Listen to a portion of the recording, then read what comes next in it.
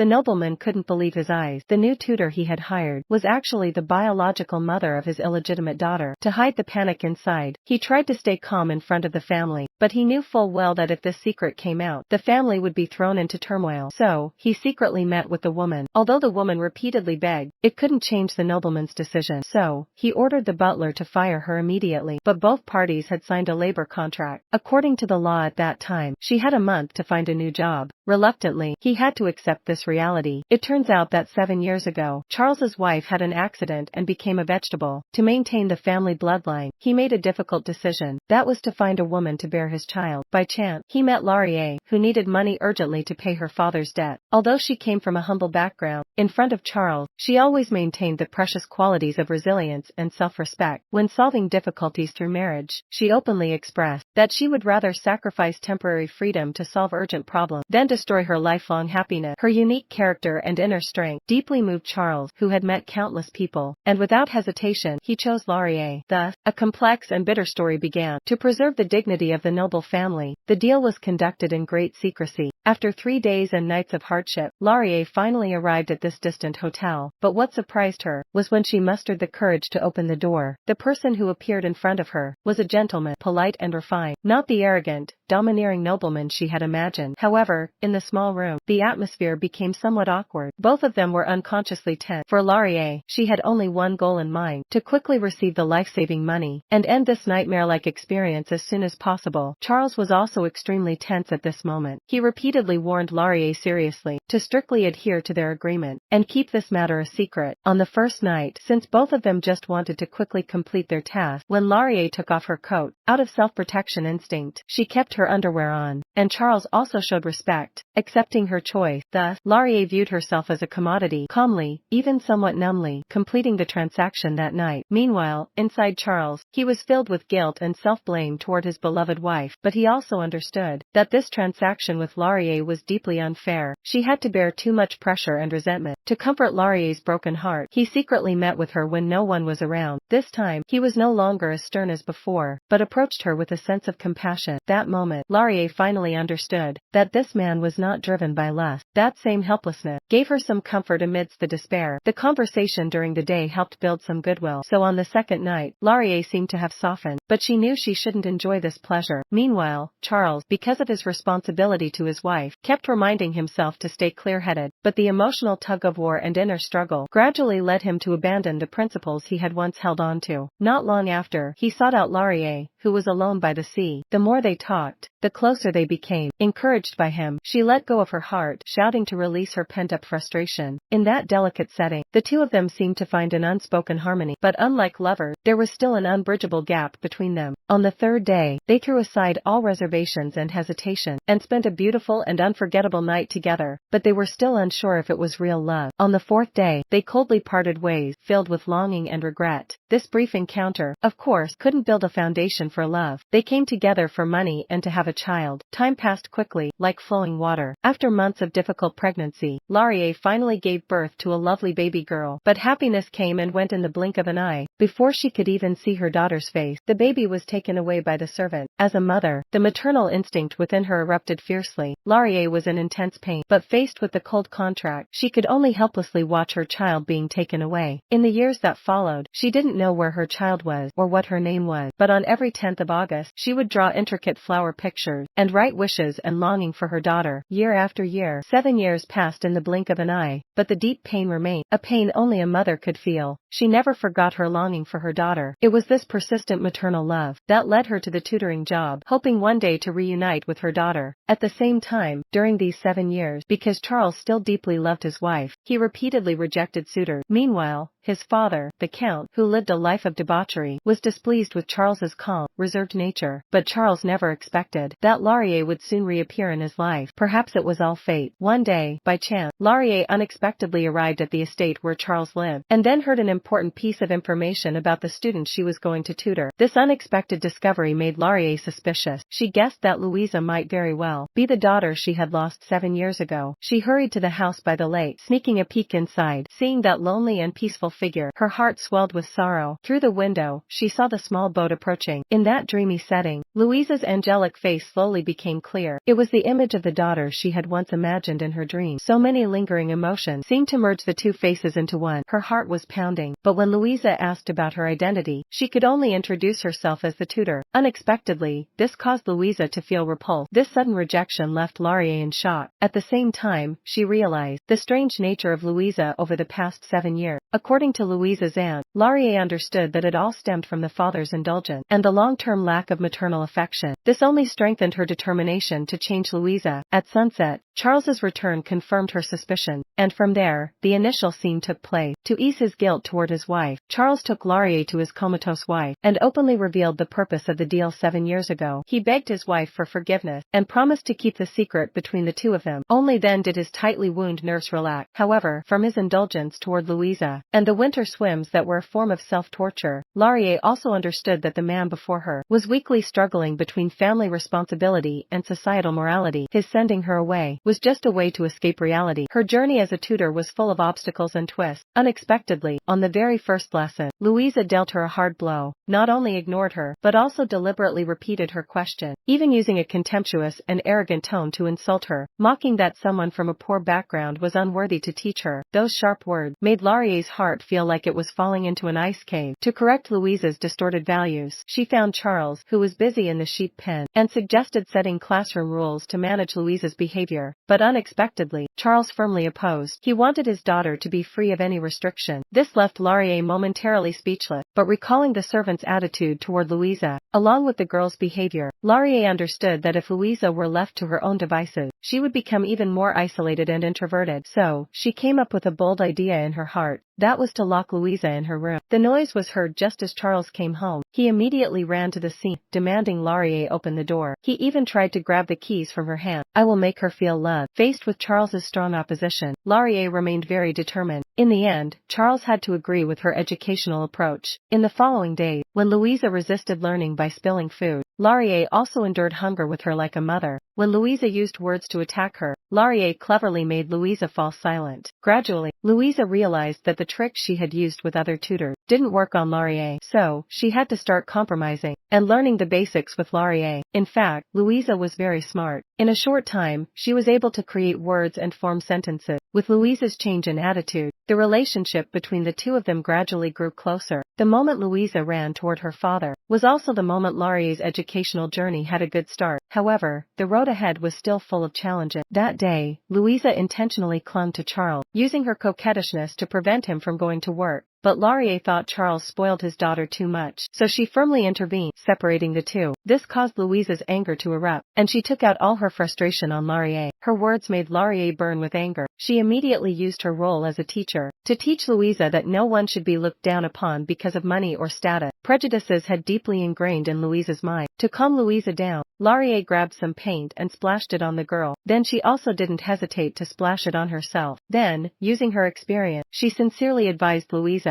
At Louisa's age, of course, she couldn't fully understand these words, but in the eyes of the woman in front of her, the girl could feel an unnameable affection. Little did Louisa know, it was the love of a mother. It was because of this gentle touch that the girl's attitude gradually shifted from resistance to acceptance. As the bond between them grew, Louisa revealed the secret she had been hiding for so long. It turned out that the reason she often went to the middle of the lake was because only in that quiet place did Louisa feel peace and safety. That place also contained her longing and imagination of a mother's love, and her rebellious actions were just to conceal the loneliness and fear within her. When Laurier learned all of this, she felt deeply guilty, so she decided to use her own way to fill the emptiness in Louisa's heart. From that day on, she frequently appeared in Louisa's room. Gradually, Louisa realized the irreplaceable importance of maternal love. Her attitude toward Laurier gradually changed from avoidance and rejection to acceptance and familiarity. After Charles opened up to her, they once again embraced each other and spent a sweet night together. But the twists of fate are always full of irony. That day, Louisa woke up early and went into her father's room. By chance, she caught sight of Laurier and Charles together. Everything seemed unbelievable to her. When the door closed, Laurier also woke up from her dream. Louisa, not understanding the situation, thought her father no longer needed her. This evoked in her a strong longing for her mother. To get to the house in the middle of the lake, Louisa, disregarding everything, ran barefoot on the ice. At the same time, Laurier hurried to chase after her. But despite Laurier anxiously calling her name, Louisa didn't look back. At that moment, the accident happened. The ice couldn't bear Louisa's weight, and the girl fell into the icy water. In that moment, Laurier risked everything. She jumped into the lake in her thin nightdress, without hesitation, and with all her strength, broke the ice. At that moment, the wall of ice between mother and child was shattered by the powerful love of motherhood. Finally, Louisa was safely rescued. But the storm in the family was far from over, because Charles's father had been living extravagantly. The creditors came to seize the estate. Charles had to take on his father's huge debt. Though he tried to manage throughout the day, he still had to face the harsh reality of selling the estate. In this situation, the most troubling issue for Charles at the moment was his comatose wife. Since the unfortunate accident, the estate had become the chain binding their happiness. It not only hindered the family's business development, but also trapped Charles in taking care of his wife. But he never asked himself whether his wife wanted to live in such a condition. Perhaps, just like him, she too was suffering unbearable pain. After many sleepless nights, Charles made a very difficult decision. He slowly walked to the fireplace, first putting out the fire, then opening the window in the 10-degree weather. Next, he tearfully pulled the blanket from his wife, and slowly sat down beside her, joining his hands in prayer. He sincerely prayed to God to let his beloved wife pass peacefully. Thus, his wife, who had been bedridden for 10 years, was finally freed. The next morning, when the servant added more wood to the fire, an unusual sight was discovered. After the doctor examined her, it was confirmed that Laurier had passed away the previous night. Facing the suddenly extinguished fire, the servant's testimony and Charles's silence seemed to make the wife's sister realize something, but she didn't inquire about the cause of her sister's death. Instead, she intentionally asked everyone to leave, giving Charles the chance to breathe a sigh of relief and to provide him with the greatest comfort. In that moment, Charles felt a profound sense of liberation and gratitude like never before. On the day of the funeral, his wife's sister noticed the exchanged glances between Charles and Laurier, and seemed to discover the unusual relationship between them. But she knew well all that Charles had done for her sister, so she chose to support their love. Later, Laurier also recognized the confusion and unease in Charles's eyes. According to Charles, Laurier had finally been able to release the pain that had burdened her for 7 years. "I have always wanted to find you and Louisa, with all my heart. I've waited for 7 long years. I never knew that desire could have such power." It was that indestructible, unstoppable power helped her overcome all barriers of time and space, and finally come to the one she loved. Elsewhere, driven by curiosity, Louisa quietly entered Laurier's room, and accidentally looked through the album that had been kept for 7 years. She then brought her feelings of loneliness and doubt to Laurier. In that moment, mother and child, separated for 7 years, were finally reunited. Then, under Laurier's guidance, they both entered the house in the middle of the lake, filling the maternal void in Louisa's heart from the past 7 years. Finally, the whole family left the old house. Perhaps the departure for everyone, even for Charles's wife who had been bedridden for 10 years, was a necessary liberation. Thus, a love born from responsibility was revived through the giving and receiving of maternal love, and gradually formed a more complete sense of responsibility in the relationship. The film ends here. The story takes place at the end of the 19th century, when the differences in social status, power, and class, in a patriarchal society, forced Laurier to endure a form of exploitation under economic inequality, and she had no right to choose. But her resilient spirit and lack of inferiority still showed us the qualities of a modern woman. Not only that, but the strong faith Laurier had in Louisa went far beyond the traditional concept of motherhood.